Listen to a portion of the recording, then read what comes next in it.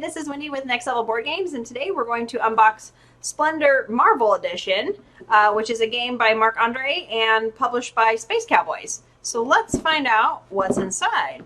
So this is obviously a take on the original Splendor, which is apparently sold over like 1 million copies, and this is Marvel's version of that. So going to be probably very similar, but also slightly different. So first we have our rule book. That's actually really thin. Small writing, but really only just a couple of pages. So again, very much like the original Splendor game, but with a little bit different of an end-game trigger and a few other different color tokies. So there's that. So here are some of our location tiles that we can achieve during the game, as well as the Avengers Assemble tile, which is here, and our end-game trigger here. Pop those out. Then we have our Infinity Stone tokens here. These are our shield tokens. These are much bigger than I expected them to be. And they're heavy. These are like chips if you were playing in Vegas. They're heavy like that as well.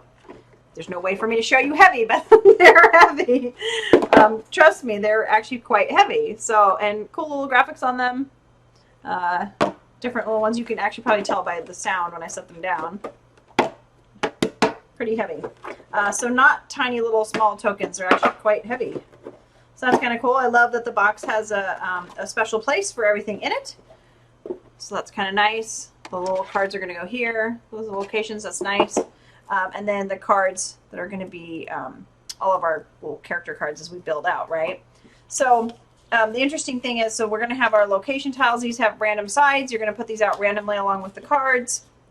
And then eventually, if you build up enough resources and you have everything on here, like 16 infinity points, and you have one of these green tokens, as well as a card from each of the different colors, right? So this would be orange.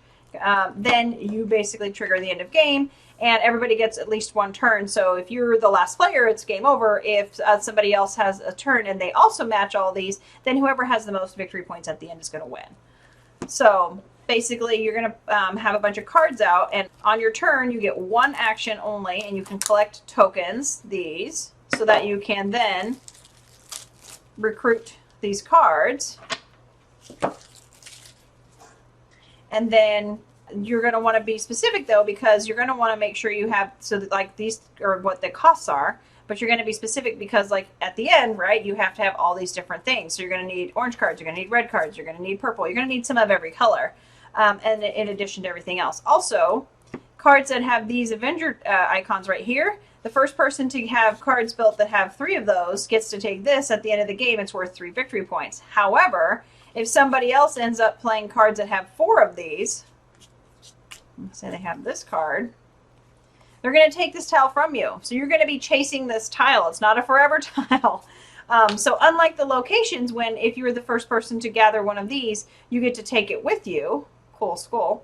Then that one stays with you, right? You get to keep that one. But the Avengers tile, the Avengers Assemble tile, is something you're going to have to chase. So you might not get to keep it all the time. It'll be interesting to see if you get to keep it.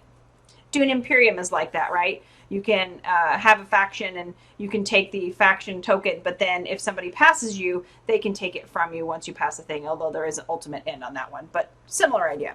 So one of the cool things about the cards you'll notice is that the cards are very different, right? The artwork's completely different. It's all Marvel-esque, right? There's Venom, and they have the names of the characters in the bottom in case you didn't know where they are. There's a lot in here. Spider-Man and such. So that's kind of cool if you're into the comics at all in any shape or form. These cards are pretty cool, pretty nice. They have all those characters in them. And then the tokens, might as well open these. These are all wrapped in plastic to protect them. That's just why I was setting them down as little bricks almost of tokens.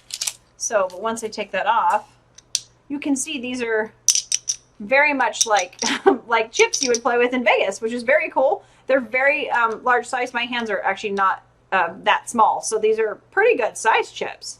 Yeah, pretty colors. Definitely really unique. And easy to see. They're very distinct colors. Let's see if I can get another one of these open. These are wrapped in plastic that is very tightly bound around them to keep them protected, which I don't need. And again, you can see that these are really good size tokens, and they're heavy. Like, they're very heavy. So that's those. There's several more. There's less of the green because each player can only have one of these. So those are a little bit different.